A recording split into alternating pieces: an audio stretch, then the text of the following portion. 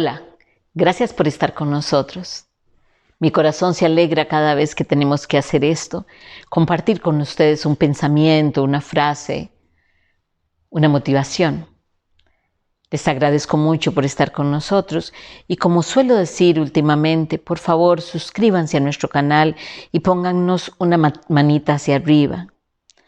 Necesitamos eventualmente hacer de nuestro canal algo que a YouTube le interese mantener. Por eso es la razón por la cual les pido que se suscriban y que pongan su manita hacia arriba. Hoy vamos a hablar de Alicia. Alicia era aquella mujer nerviosa, hablantina, veloz. Se movía con mucha rapidez por todas partes donde iba. Caminaba tan rápido que a veces se tropezaba en sus propios pies. Estaba convencida de que el mundo dependía de sus acciones, porque todo tenía una importancia, porque todo era tan fuerte, todo era tan grande, todo requería, según ella, de tanto esfuerzo, que así comenzó su vida adulta, viviendo de esta manera, y todo fue acumulándose y acumulándose y acumulándose. Alicia era tensa en el trabajo y en la casa. Era tensa con sus compañeros de trabajo, con sus subalternos, con su esposo y con sus hijos.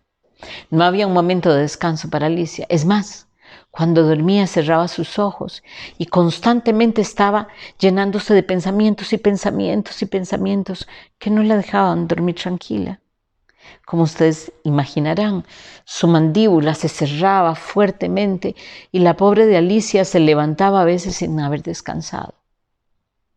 Al principio solamente fue irritabilidad, después un poco de enojo, después dificultad, pero poco a poco, muy sutilmente, Alicia fue aumentando su nivel de angustia, su nivel de ansiedad. Por un lado, era controladora y quería controlar todas las variantes.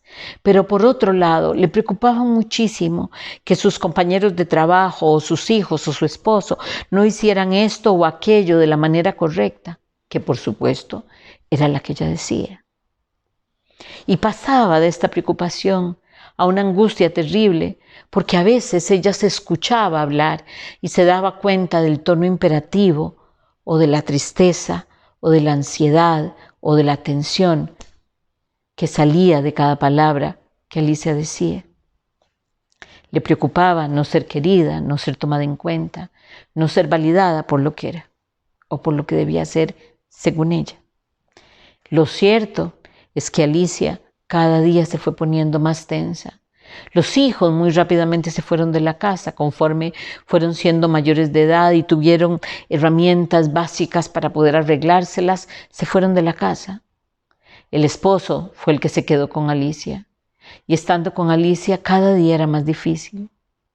Siempre tenía una opinión, siempre daba una opinión, siempre tenía que resolver algo finalmente. No había posibilidad de que Alicia tuviera objetividad frente a sí misma ni frente a los demás. Cuando alguien trataba de hablarle a Alicia de ella y de decirle lo que a ella le pasaba, ella se molestaba muchísimo, pero no le molestaba decirle a todos los otros lo que tenían que hacer. Le costaba reflexionar. Lo real es que Alicia tampoco era feliz. No era que hacía todo esto y había una gran felicidad en su corazón, no. Felicia estaba cansada, tensa, preocupada, irritable, no dormía, no comía, había bajado de peso. En su trabajo todos habían presentado ya quejas por el comportamiento de Alicia, por su estilo de mando, y algunos compañeros, partners de su nivel, trataron inevitablemente de hacerle entender a Alicia que debía tratar a la gente de una manera diferente. Pero Alicia no sabía cómo, no tenía conciencia, no podía observarse. La autorreflexión no era una de sus capacidades. Así que poco a poco, algunos trabajadores, compañeros, renunciaron para no tener que estar más con ella. También la gerencia de la empresa donde Alicia trabajaba le llamó la atención por esto, pero el día terrible El día verdaderamente terrible fue el día que, saliendo del trabajo un poco más temprano, llegó a la casa y vio a su esposo preparando unas maletas para irse. Ella lloraba y no entendía por qué él estaba haciendo esto. Fue la primera vez que lo escuchó. Y le dijo: Alicia, sos insoportable. Durante años he tratado de decirte que tenés demasiado estrés, que hay demasiada ansiedad y angustia en vos, y que no tiene que ver con tu trabajo, tiene que ver con cómo vos tomás el trabajo. Porque antes eran nuestros hijos, pero nuestros hijos terminaron yéndose por el agotamiento que les genera estar con una madre que siempre está angustiada y preocupada por ellos, que siempre es negativa, que por todo se irrita, que las cosas le molestan. Yo he tratado de aguantar y te juro que te quiero profundamente, pero no puedo vivir más con vos. Alicia, al escuchar esto, lloraba aún más y, por supuesto, en su cabeza la única justificación que había era que él tuviera otra persona. Él insistió en que esto no era así y lo meditó un poco más y decidió quedarse, con una sola condición. Alicia debía ponerse en tratamiento. Si no se ponía en tratamiento, él seguiría con su plan y así se separarían. Ella, por su lado, no estaba dispuesta. No quería perder no solo a su esposo, sino al amor de su vida, a aquel que de alguna manera la había tolerado, la había acompañado, aquel lugar seguro donde ella podía llegar, aquel con quien, aunque pareciera mentira, ella juraba que se relajaba. Bueno, pasaron las semanas, consiguieron cita donde un médico. Alicia entró y solo con caminar, con todo su taconeo tan fuerte, su manera rígida de ser, su cuerpo rígido y las mandíbulas totalmente tensas, el médico supo inmediatamente qué era lo que pasaba. Entendió inmediatamente que aquella ansiedad y angustia de Alicia la iban a llevar a la tumba si no hacía nada.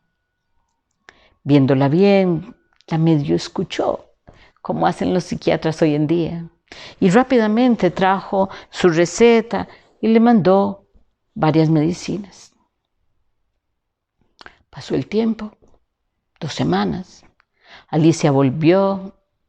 El psiquiatra la escuchó llegar con el mismo taconeo de siempre.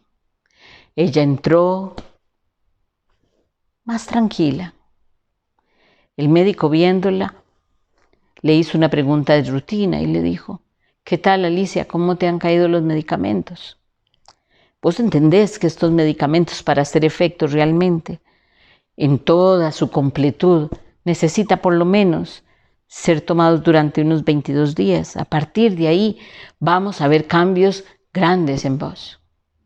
Ella escuchó al médico y le dijo: no, doctor, yo en realidad no he notado ninguna diferencia. ¿Será porque no han llegado los 22 días? ¿O porque las pastillas para mí no sirven? No sé. Eso es usted el que decide eso.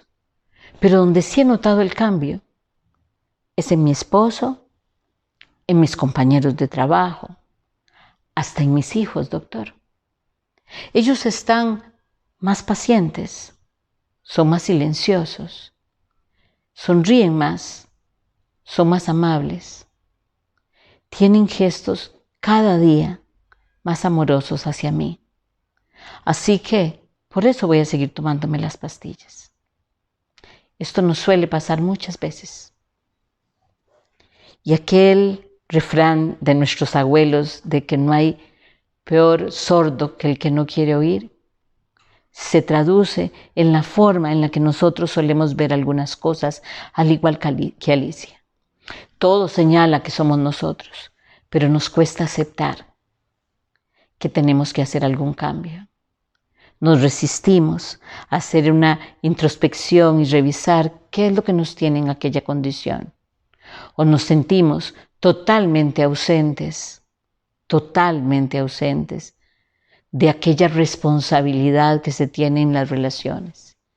Y siempre creemos que es más fácil señalar al otro. Cuando esto sea así y nos esté pasando lo de Alicia, acuérdense de este cuento. Y por eso Reconozcan lo que pasa dentro de ustedes. Muchas gracias.